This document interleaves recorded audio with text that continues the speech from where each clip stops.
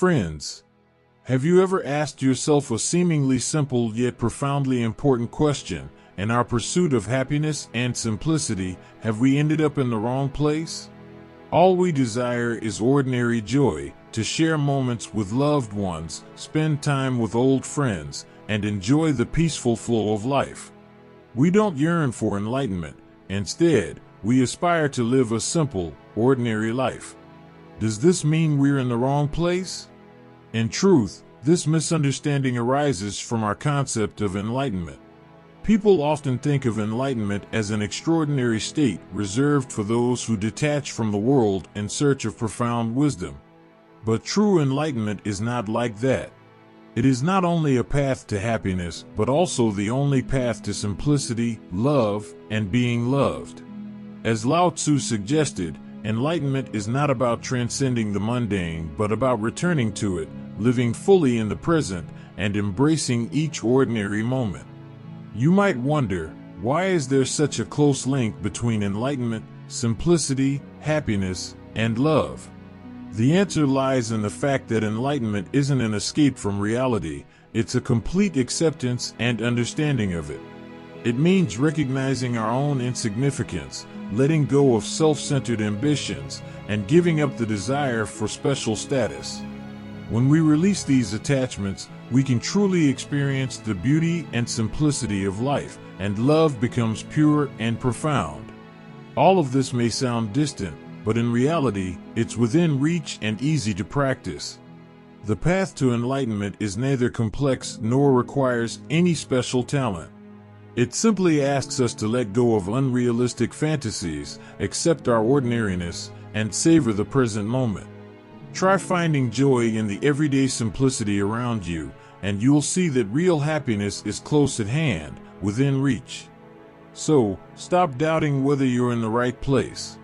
The simplicity and happiness you long for are precisely the essence of enlightenment. If you're willing to let go of attachments and embrace the simplicity of life, you'll find true happiness. Watching this video might help you discover how to achieve this, bringing more fulfillment and contentment to your life. The first question: have I come to the wrong place? I just want to be ordinary and happy. I want a woman to love and to love me, friends to spend time with and enjoy. I don't want enlightenment. Have I come to the wrong place? Centuries of wrong upbringing have completely confused your mind about enlightenment.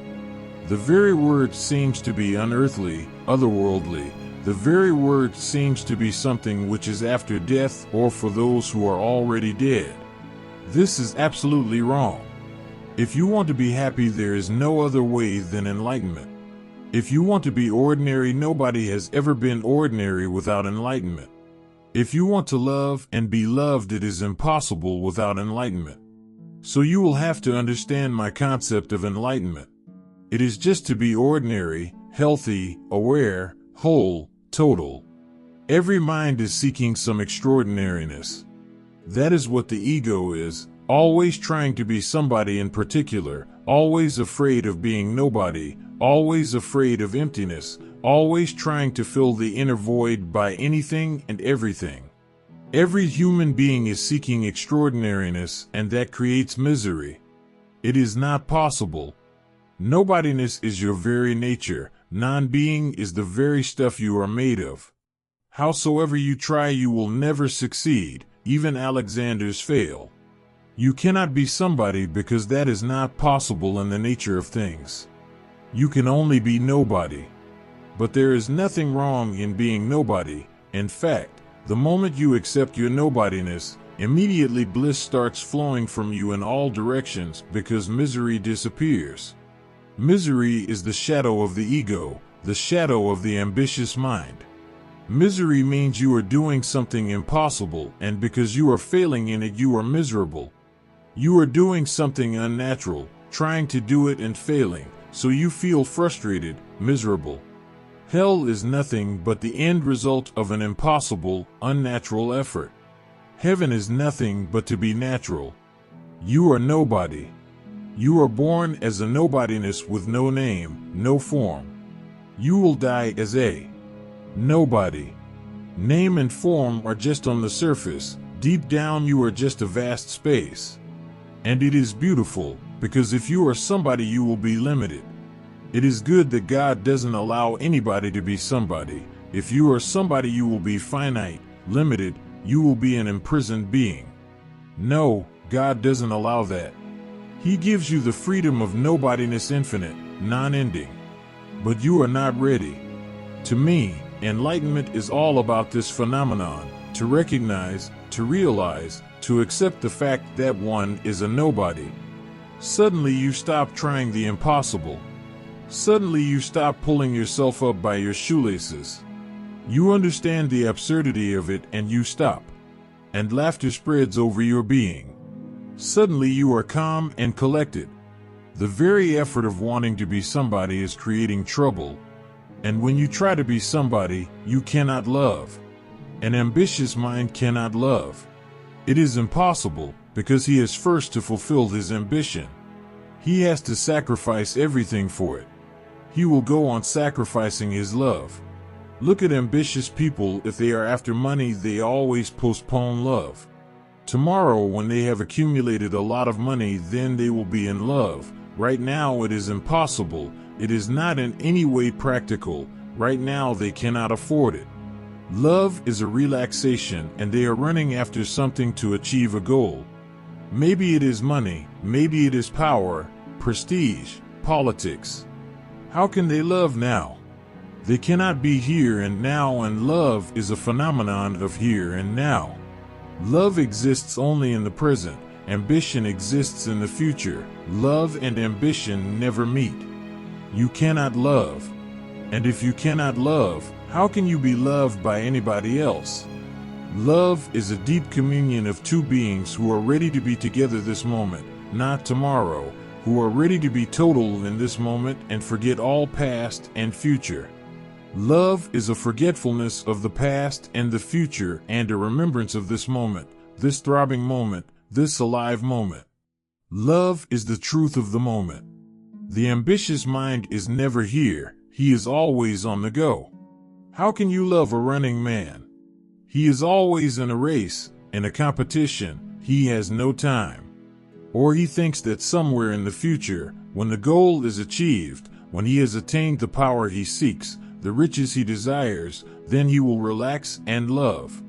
This is not going to happen, because the goal will never be achieved, ambition will never be fulfilled. It is not the nature of it to be fulfilled. You can fulfill one ambition, immediately 1,000 other ambitions arise out of it. Ambition never stops. If you follow it, if you understand, it can stop right now. But if you give energy to it, how can you love? That's why people are so miserable trying to be somebody miserable, because they are not getting love, miserable because they cannot love. Love is an ecstasy, ecstasy of a no mind, ecstasy of the present, ecstasy of a non-ambitious state, ecstasy of emptiness. Wherever lovers are, there is nobody, only love exists. When two lovers meet, they are not two.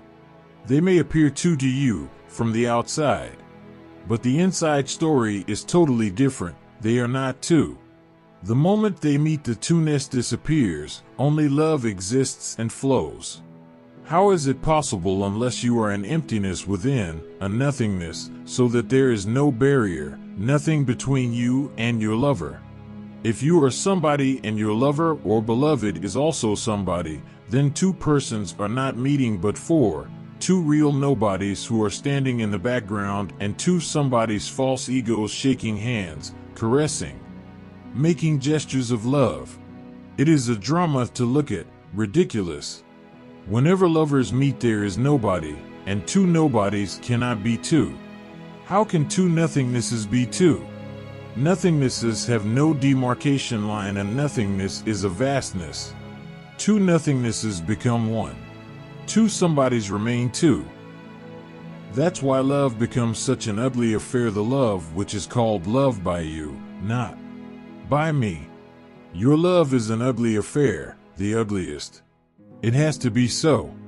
It could have been the most beautiful phenomenon in the world, but it has become the ugliest. Lovers constantly fighting, quarreling, creating misery for each other. Sartre says, the other is hell.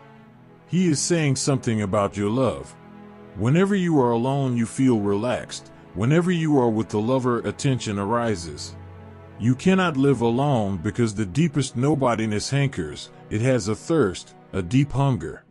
So you cannot remain alone. You have to move, you seek togetherness, but the moment you are together, it is a misery.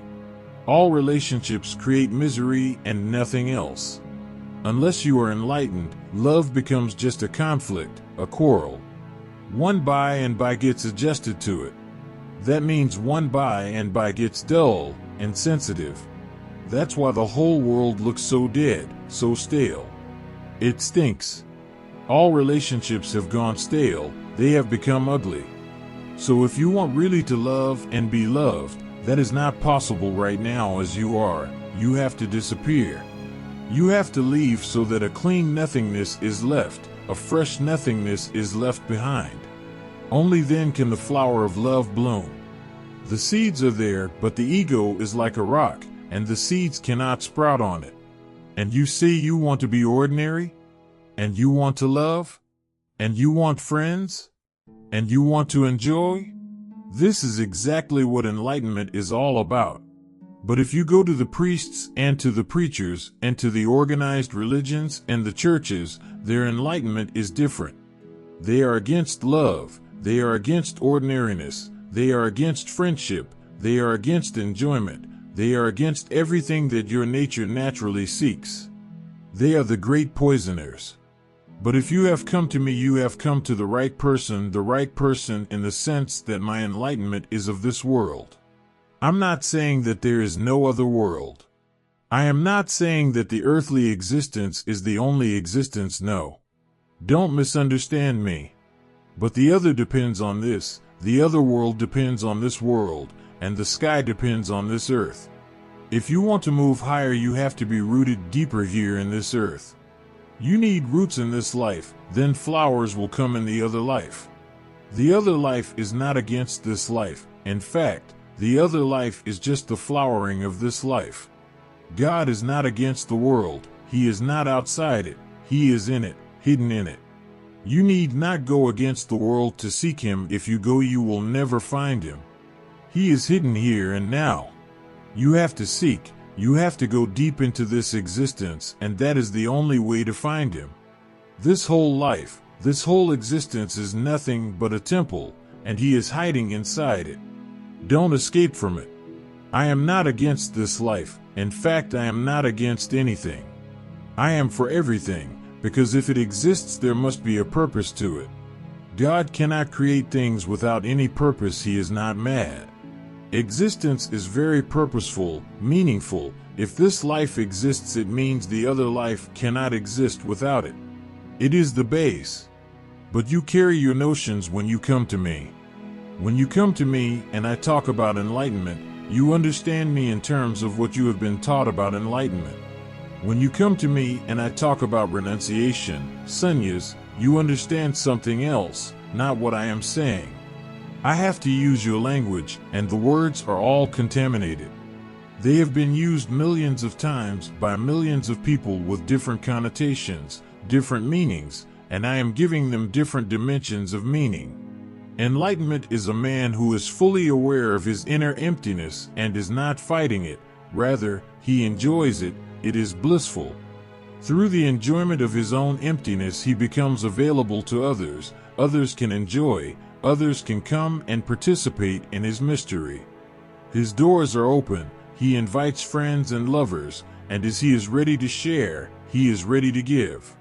When you give out of your emptiness, you are never afraid of giving because you cannot exhaust the emptiness. You go on giving, you go on giving, you go on giving. It is always there. You cannot exhaust it. Only finite things can be exhausted. That's why they create miserliness. You are afraid to give. A man who feels he is empty, why should he be afraid to give? He can give himself totally, and unless that is possible, love is not possible. Love is a holy phenomenon. Love is not profane. Every love worth the name is sacred. And when you enter into love, you enter into the world of purity, innocence. When you love, you enter the temple of the divine. Enjoy. I am not for sadness and long faces. I am not here to make you more miserable. You are already too miserable. I am not here to give you more sadness. I am here to awaken you to the bliss that is your birthright, that is naturally available to you. But you have forgotten how to approach it, and you are going in wrong directions. You seek it somewhere where it is not. You seek it outside, and it is inside. You seek it far away, and it is near. You seek it in the distant stars, and it is just in front of you. In English, there are two words beautiful. One is obvious. Obvious means just in front of you. It comes from a Latin root meaning just in front of you. And then there is another word, problem. It comes from a Greek root which also means just in front of you. The root meaning of obvious and problem is the same. The obvious is the problem, that which is just in front of you is the problem because you cannot see it, your eyes are wandering into distant lands. The obvious has become the problem. And enlightenment is to become aware of the obvious, and when you become aware of the obvious, the problem disappears. To live a life of no problems is to live an enlightened life. It is a totally different way of being. It has nothing to do with achievement. It has nothing to do with learning. It has nothing to do with effort, practice. The only thing that is needed is to be a little more alert so that you can look at, see, watch that which is in front of you. The solution is closer, very, very much closer to you than you can imagine. Don't seek it far away. It exists within you. Once you are settled inside, centered, rooted, I give you all freedom. Go and love. Go and be in the world. Now you will be able to enjoy it. You will be able to taste it. You will be able to penetrate into its deepest possibilities. And whenever you enter into the realms of depth, always you will find the divine there. In love, go deep and you will find God. In food, eat well, with alertness, awareness, and you will find God. The Upanishads say in Ambram the food is God. And the Upanishads say that sex is just a brother, a twin brother, of the final ultimate bliss. A twin brother of the ultimate final bliss, sex. You have condemned it too much. It may be the lowest rung of the ladder, but it belongs to the ladder. The highest rung belongs as much as the lowest. In fact, everything belongs to God and is divine. This is enlightenment, to be able to see in everything the sacred throbbing. Religion is not against anything. Religion is the search to find the holy everywhere. And it is there, waiting for you. You have come to the right place. Your mind may like to escape from here, because this is going to be a death to your mind. It is the right place for you, but the wrong place for the mind. It is the absolutely right place for your being, but for your ambitions, your ego, your pride, your stupidities, it is the most wrong place you can find anywhere on the earth at this moment. So you decide. If you want to be stupid, escape. Then the mind will go on befooling you that you are in love and enjoying, and you know you are not enjoying, and you know that you are not in love. Then the mind may go on befooling you that you are indulging. You cannot indulge. You are not even there to indulge. You don't exist. You don't have an integrated being in any way. You may wander around and deceive yourself, but if you really want to be loved by a woman, and you want a woman to love, and you want friends, and you want to enjoy life, I am giving you the keys to it. The second question. You say that Lao Tzu is for the rarest of seekers. Then how do you call him total? He is for the rarest of seekers because he is total. The mind is afraid of totality. The mind is always searching for perfection. The mind is a perfectionist. Try to understand these two dimensions, the dimension of perfection and the dimension of totality. With perfection, the ego can exist perfectly. In fact, it cannot exist without the dimension of perfection. The ego is always trying to be more and more perfect, and when you want to be perfect, you have to choose. You cannot be total. If you want to be wise, you have to choose. You have to drop foolishness, you have to fight against ignorance. And if you want to be perfectly wise, you have to cut out all the possibilities of ignorance, of foolishness, of madness. But a total man is totally different. He is wise in his foolishness, he is foolish in his wisdom. He knows that he is ignorant, that is his wisdom. In them opposites meet. Says Lao Tzu, everybody seems to be wise except me. I appear to be a fool. Everybody is trying to be wise, trying to be knowledgeable, trying to be intelligent, cutting out, hiding, suppressing foolishness.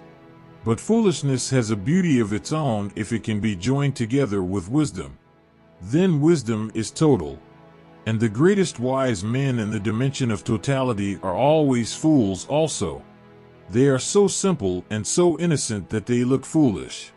Lao Tzu must have looked foolish to many people. He was both. And that is the difficulty. Mind seeks perfection. Who will go to Lao Tzu? Nobody wants to be both foolish and wise. And you cannot even understand how one can be both. How can one be both? It is reported that a Sufi mystic was traveling and came to a town. And his name had reached there before him, his fame was already known. So people gathered together and said, "Preach something to us." The mystic said, "I am not a wise man, because I am a fool also. You will be confused by my teachings, so better let me keep quiet." But the more he tried to avoid it, the more they insisted, the more they became intrigued by his personality. Finally he yielded and he said, "Okay. This coming Friday I will come to the mosque." It was a Mohammedan village. "And what do you want me to talk about?" They said, "Of course, about God." So he came, the whole village gathered, he had created such a sensation. He stood at the pulpit and asked a question, "Do you know anything about what I am going to say about God?" The villagers of course replied, "No, we don't know what you are going to say." Then, he said, "It is useless, because if you don't know at all, you will not be able to understand. A little preparation is needed, and you are absolutely unprepared. It is going to be futile, and I will not speak." He left the mosque. The villagers were at a loss what to do. They persuaded him again the next Friday. The next Friday he again came. He asked the same question. All the villagers were ready. He asked, "Do you know what I am going to talk to you about?"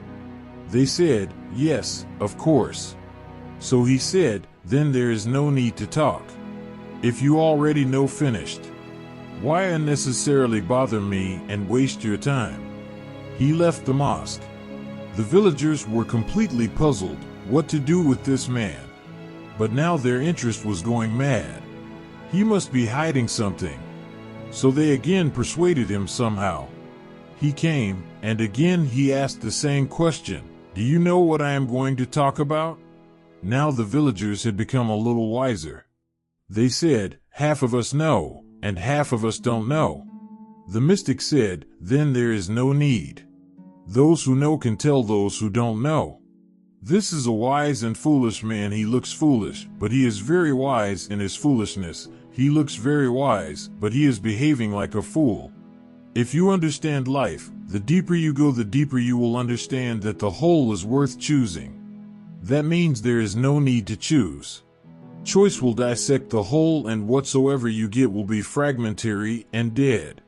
Wisdom and foolishness are together in life. If you dissect them, then wisdom will be separate and foolishness will be separate, but both will be dead.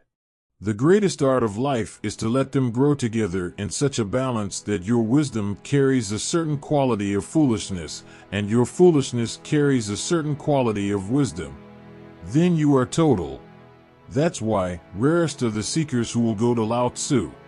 He will seem to be absurd because sometimes he will behave like a wise man and sometimes he will behave like a foolish man.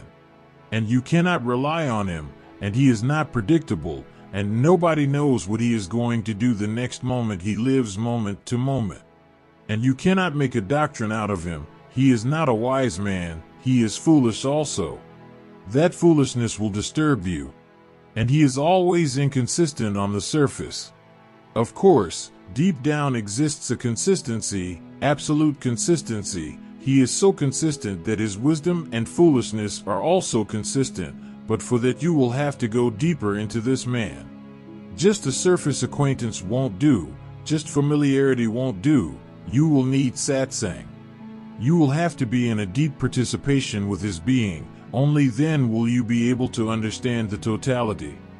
Buddha is wise, Mahavir is wise. You cannot find a single bit of foolishness in them, they are perfection. Lao Tzu is not, Chuang Tzu is not, Li Tzu is not. They are contradictory, paradoxical, but that is where their beauty is. Buddha is monotonous. If you understand Buddha today, you have understood his yesterday, and you have understood his tomorrow also. He is a consistent thing, clean, logical, moving in a line, linear. But Lao Tzu is zigzag, he runs like a madman. You will understand, as we go into his sayings, you will understand that he runs like a madman. His assertions don't make sense on the surface.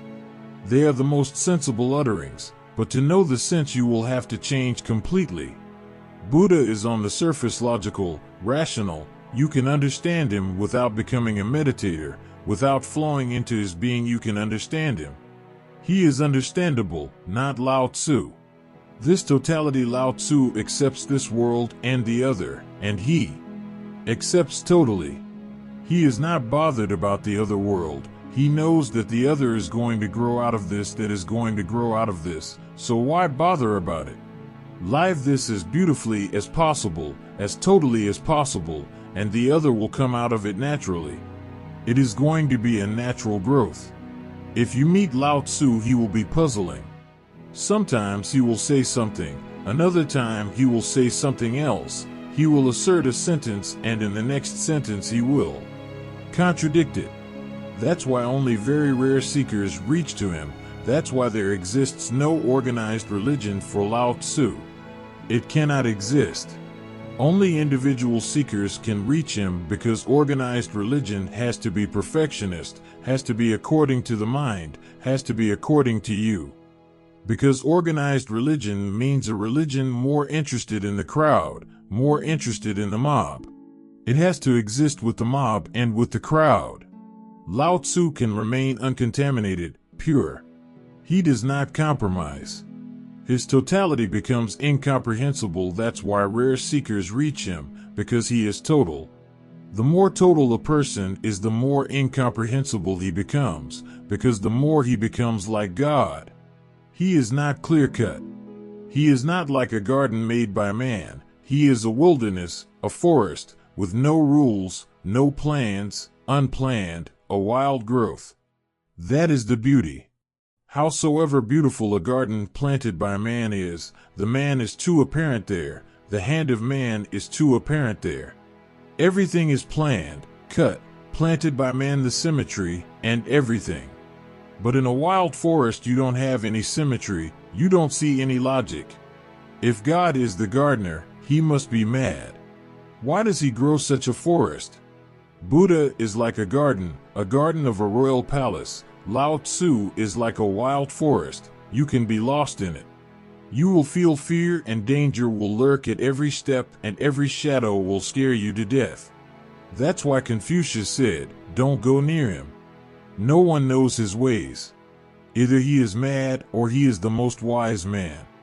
But nobody knows who he is. The third question. I have a strong desire to merge with the universe, but I remain separated, anxious, homeless. Why? What holds me back, and what is to be done?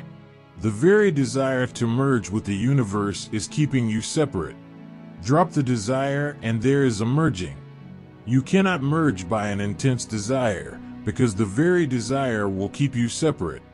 Who is this who is desiring? To whom does this intense desire belong? An intense desire creates an intense ego and a suppression. And who told you that you are separate and you need to be merged? You have never been separate, so why are you chasing yourself? You are merged. Look at the difference of the point of view. Lao Tzu says you are merged in existence, you are not separate. You have never been, you can never be separated. How is it possible? You exist in the ocean of the divine, or Tao, or whatsoever you name it. How can you be separate? So first a wrong notion that I am separate, then another wrong notion comes out of the first that I have to merge. And if you try to merge, you will remain separate. Just look and watch and see, you have never been separate. Who breathes in you? You think you? Who lives in you? You think you? Who is born in you? Have you got any notion? That which is born in you, that which is living in you, that which is breathing in you, is the whole. And these are just thoughts, how to merge. Then you will never be able to merge. Just look at the state of affairs. You are already in it. It is said that when Lin Chi approached his master, crying and weeping with tears flowing from his eyes, and asked how to become a Buddha, the master hit him hard on the face, slapped him hard. He was shocked and he said, "What are you doing? Have I asked anything wrong?" The master said, "Yes. This is the most wrong thing that one can ever ask. Ask again and I will hit you harder." How foolish. You are a Buddha, and you ask how to become a Buddha? Once you get into the trap of how to become a Buddha, for millions of lives you will miss the whole point. You have always been a Buddha. It happened in Buddha's own life. In his past life he heard about a man who had become a Buddha. So he went and touched his feet. But he was completely surprised, because when he touched the feet of the Buddha immediately touched his feet. So he said, "This is puzzling. I touch your feet because I am an ignorant man, searching and seeking. But why do you touch my feet? You are already enlightened." The Buddha laughed and he said, "You may not know. I see you don't know yet who you are. But I know you well. Once I realized who I am, I realized what this whole existence is. But you may not be aware yet. It may take a little time for you to become aware of who you are. Buddhahood is not an achievement. It is just a recognition of who you are. It is just a remembrance. So don't ask me how to merge. And if you have an intense desire to merge, the more intense the desire, the more difficult will be the merger. Desire is the barrier. You please drop the desire and just look all around. Who are you? God exists, not you. You are a false notion, an idea, a bubble in the head, an air bubble, nothing more. And if there is too much intense desire, nothing happens, only the air becomes hot, a hot air bubble, that's all. Cool down a little. And just look around. You have always been in the ocean, you have never been anywhere else. You cannot be, because nothing else exists. There is no space except God or Tao. So the sooner you realize the foolishness of desire, of merging, the better. You are already that which you are seeking. This is the message of all the awakened ones. You are already that which you are seeking. You are already the goal. You have never left home. There is a beautiful story. It looks a little profane, but only Zen Buddhists can do that. They love their masters so much, they love Buddha so much, that they can even afford profanity. There is a story that a monkey came to Buddha. Monkey represents man, monkey means the mind. The mind is a monkey. Charles Darwin came to know it very, very late, but we have always been aware that man must have come from monkeys, because he is still monkeyish. You just watch the mind, its constant chattering, and then watch a monkey in the tree. You will feel a similarity. A monkey came to Buddha, and he was no ordinary monkey. He was a king of monkeys. That means absolutely a monkey. The monkey said to Buddha, "I would like to become a Buddha." Buddha said, "I have never heard of anybody having ever become a Buddha while remaining a monkey." The monkey said, "You don't know my powers. I am no ordinary monkey. No monkey thinks that he is ordinary. All monkeys think that they are extraordinary. That is part of their monkeyness." He said, "I am no ordinary monkey. What are you talking about? I am a king of monkeys. So Buddha asked, what exceptional or extraordinary powers do you have? Can you show me? The monkey said, I can jump to the very end of the world. He had been jumping all along in the trees. He knew how to jump.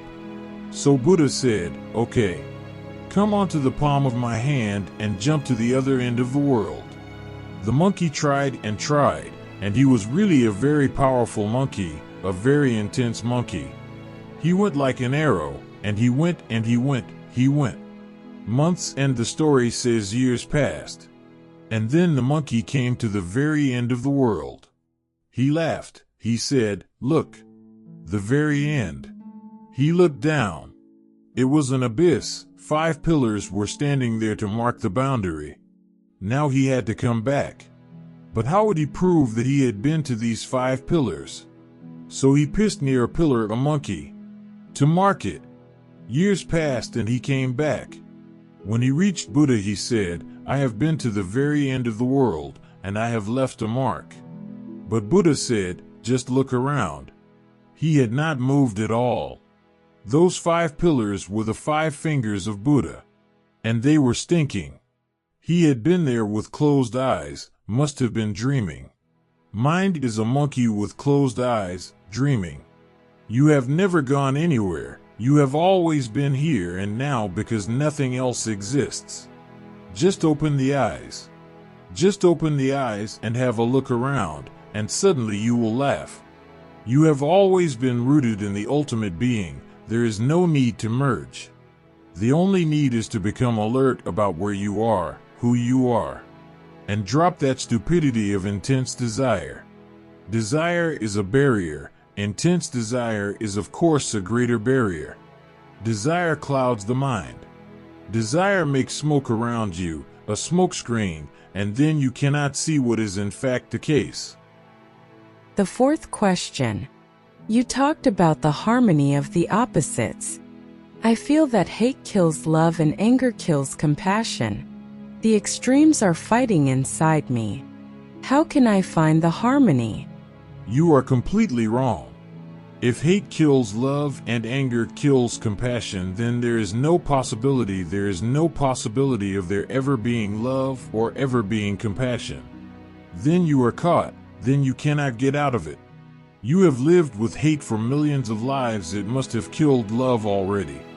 You have lived with anger for millions of lives, it must have murdered compassion already. But look, love is still there. Hate comes and goes, love survives.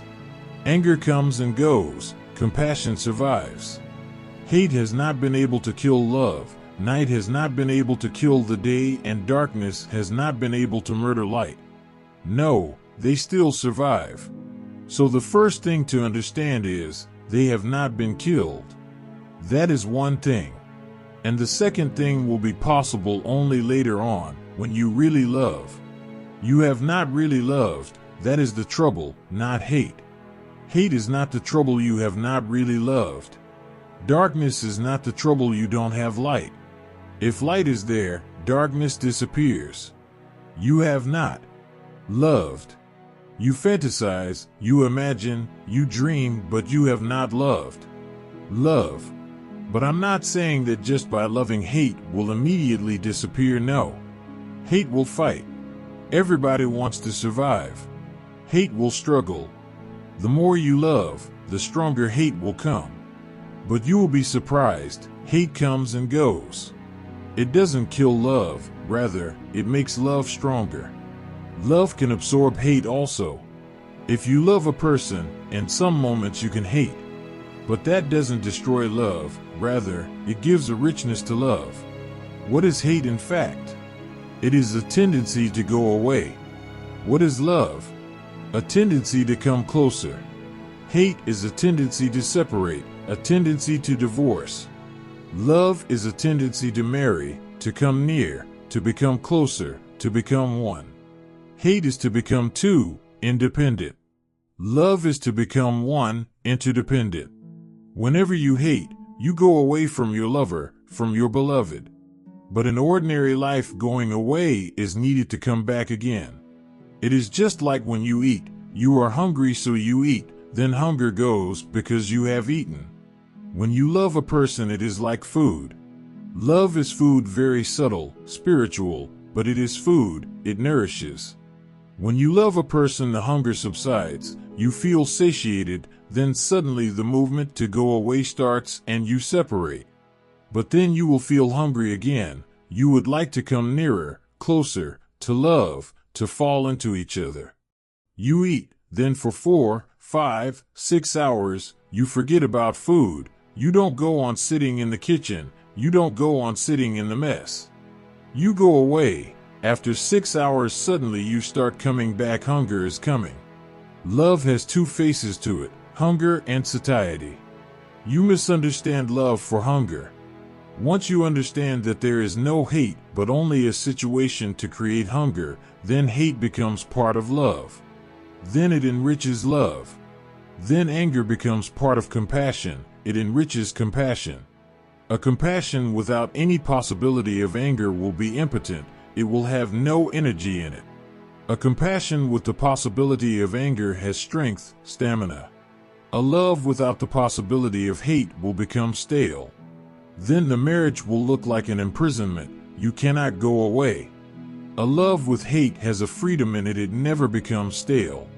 In my mathematics of life, divorces happen because every day you go on postponing them. Then divorce goes on accumulating, and one day the marriage is completely killed by it, destroyed by it. If you understand me, I would suggest to you not to wait, every day divorce and remarry. It should be a rhythm just like day and night, hunger and satiety, summer and winter, life and death. It should be like that. In the morning you love, in the afternoon you hate. When you love, you really love, you totally love. When you hate, you really hate, you totally hate.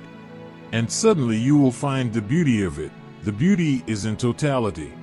A total hate is also beautiful as total love. A total anger is also beautiful as total compassion. The beauty is in totality.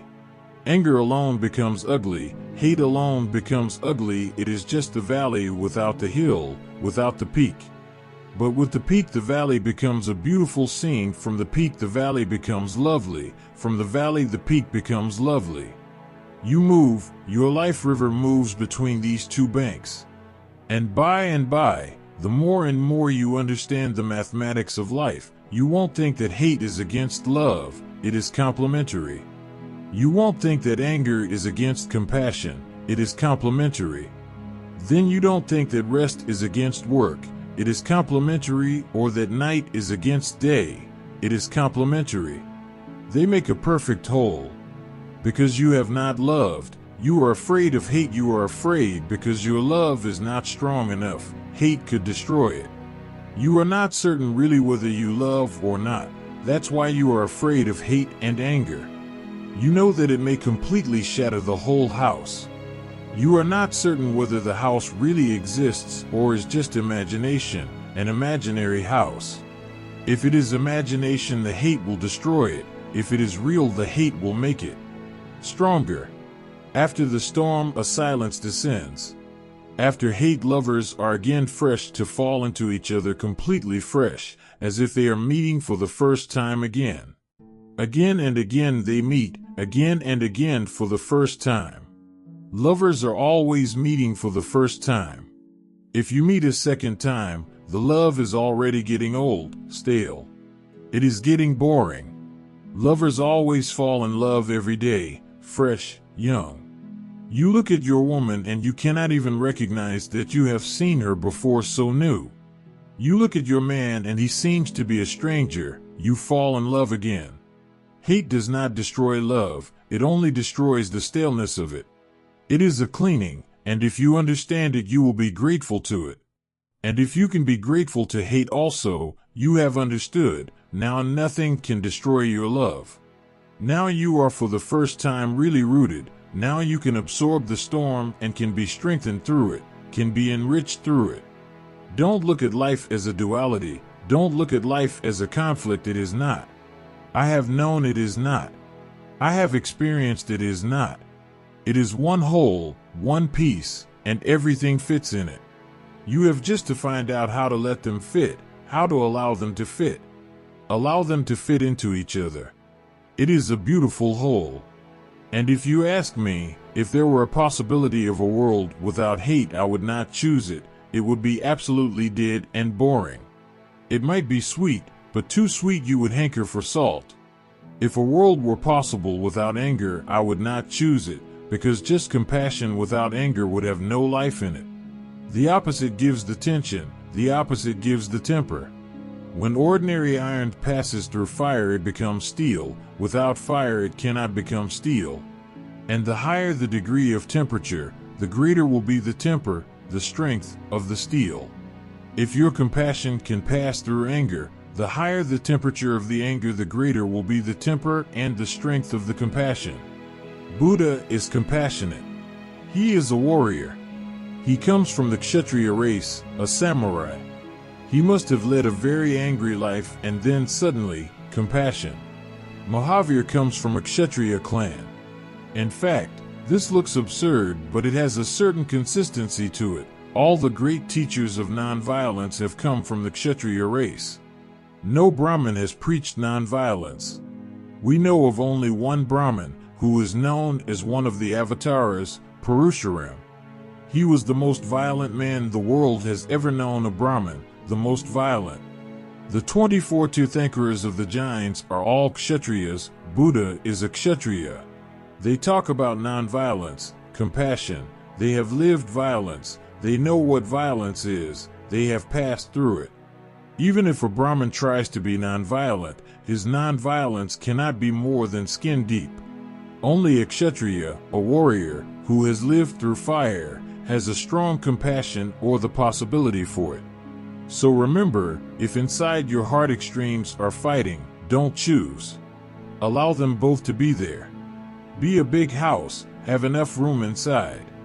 Don't say, I will have only compassion, not anger. I will have only love, not hate. You will be impoverished. Have a big room, let both be there. And there is no need to create a fight between them. There is no fight. The fight comes from your mind, from your teachings, upbringing, conditioning. The whole world goes on saying to you, love. Don't hate. How can you love without hate? Jesus says, love your enemies. And I tell you, hate your lovers also, then it becomes a complete whole. Otherwise, Jesus' saying is incomplete. He says, love your enemies. You hate only, he says love also. But the other part is missing. I tell you, hate your friends also, hate your lovers also. And don't be afraid. Then by and by you will see there is no difference between the enemy and the friend, because you hate and love the enemy, and you love and hate the friend. It will be only a question of the coin upside down or downside up. Then the friend is the enemy and the enemy is the friend. Then distinctions simply disappear. Don't create a fight inside, allow them both to be there. They both will be needed, both will give you two wings, only then can you fly. The last question. Lao Tzu may be superb. He may be the very peak of truth, but his very height renders him useless for ordinary people like us. Can't it be said, on the other hand, that Mahavir and Moses and Muhammad are much more practical and helpful? They are. They are much more practical, much more helpful. But they are helpful because they don't change you completely, they compromise, they don't transform you totally. They look helpful, they are practical. That's certain. Muhammad or Moses, absolutely practical, because with your mind they fit. That's why they look practical. Whatsoever you think is practical, they also think is practical. Lao Tzu is totally different from your mind, and that is the possibility of transformation. With Muhammad you will not be transformed. You may become a Mohammedan, you may become a good man, you may become virtuous even, but you will remain on the same track. The dimension will not change. With Mahavir you will remain the same, better but the same, modified but the same, refined, painted, renovated but the same. With Lao Tzu you will be destroyed completely and will be reborn. He is death and resurrection. Try to understand why it is so. You can understand Mahavir. His calculation is of your mind, his logic is not beyond you. That's why he looks practical. And it is not coincidence that all his followers became businessmen, calculating, mathematical, practical people. It is not coincidence that all Jains became businessmen. They are more mathematical, more clever, calculating. And it is not coincidence that Jews are the most calculating men on the earth, the most calculating community, clever. Jains and Jews are almost the same. Jains are the Jews of India. Why is it so? Moses is practical. Mahavir is also practical. I am reminded of an anecdote. It belongs to the very beginning of the world. God was in search of a community that would take his 10 commandments. The world was going a little chaotic, and morality and ethics were needed. So he approached many communities, but nobody accepted. He reached the Hindus and said, I have 10 commandments to offer to you. This is a whole philosophy of life. And the Hindus asked, for instance, just tell us about one commandment. And God said, be true. Be honest. The Hindus said, it will be difficult in the world of Maya. In this illusion, one needs untruth also.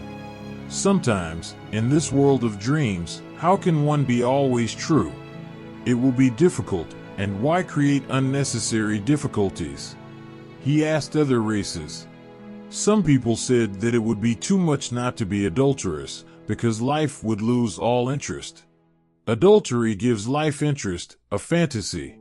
It would be too much, then life wouldn't be worth living. And God became frustrated. From everywhere he was rejected. And it is said then he approached Moses, and he said, I have got 10 commandments for you. Now he was afraid because this was the last race. Would you like to have them?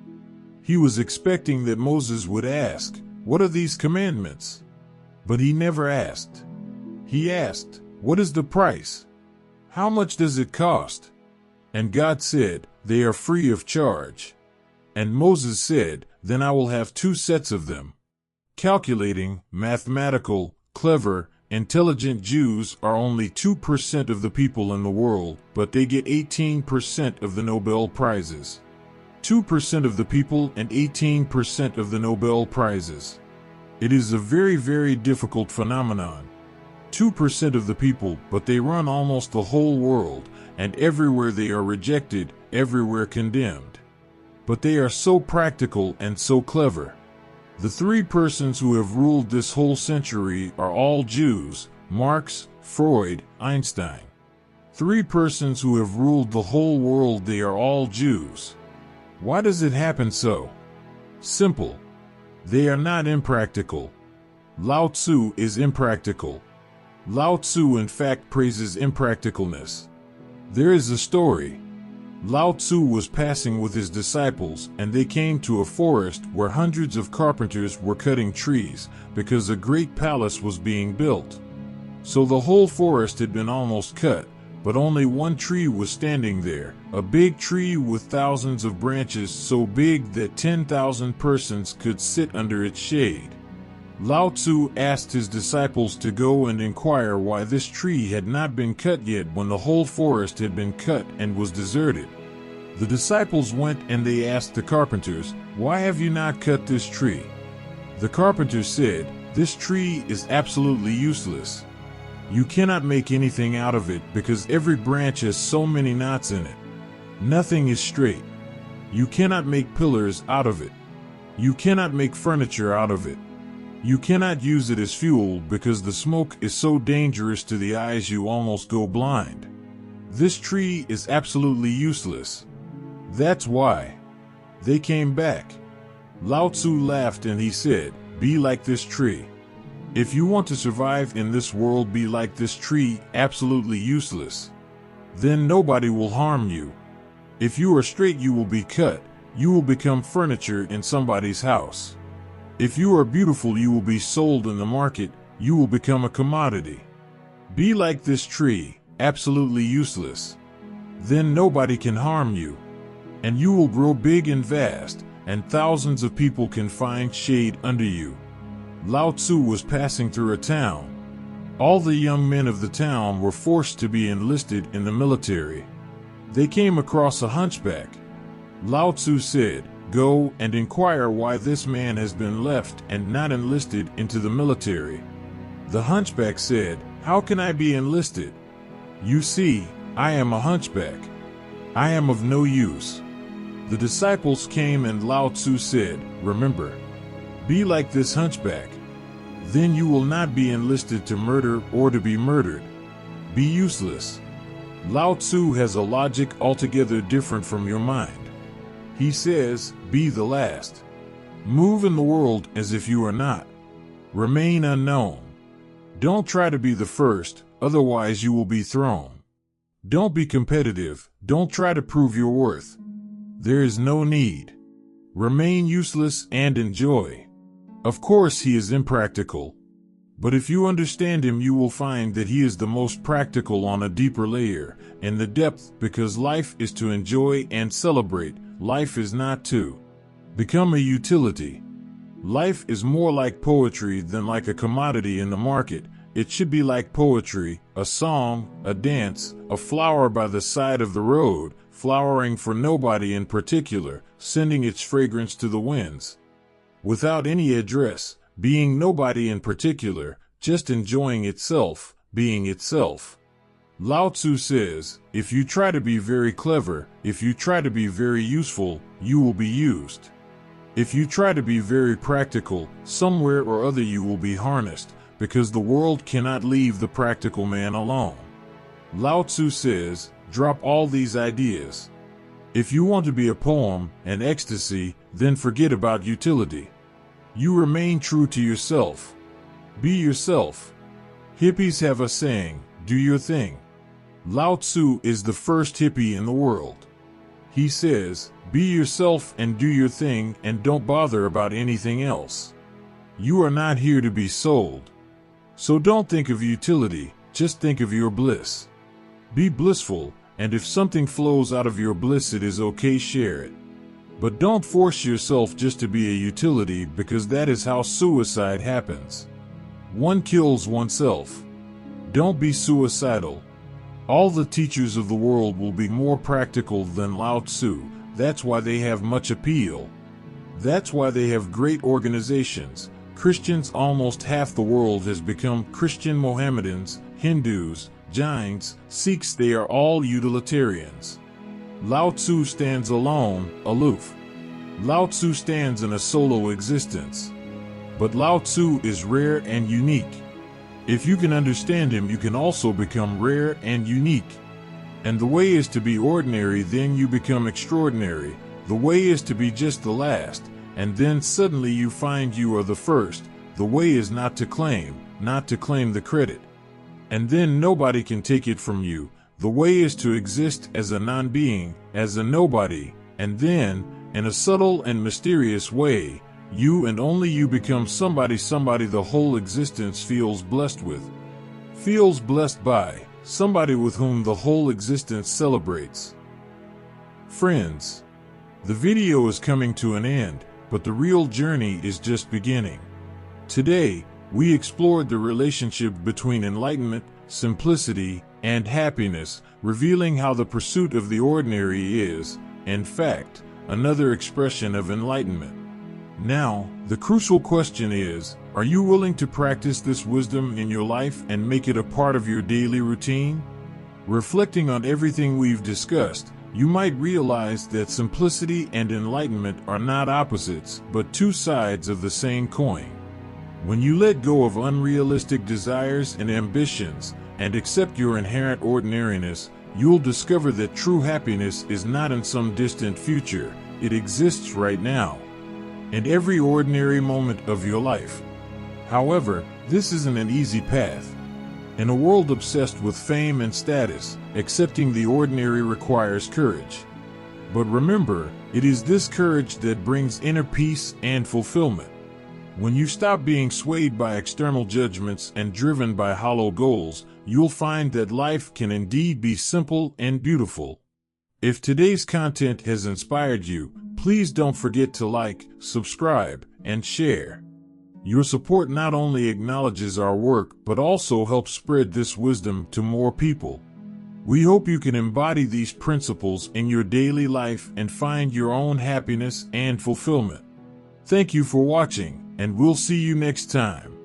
Remember, endless beauty lies within the ordinary. May you find true happiness in your everyday life.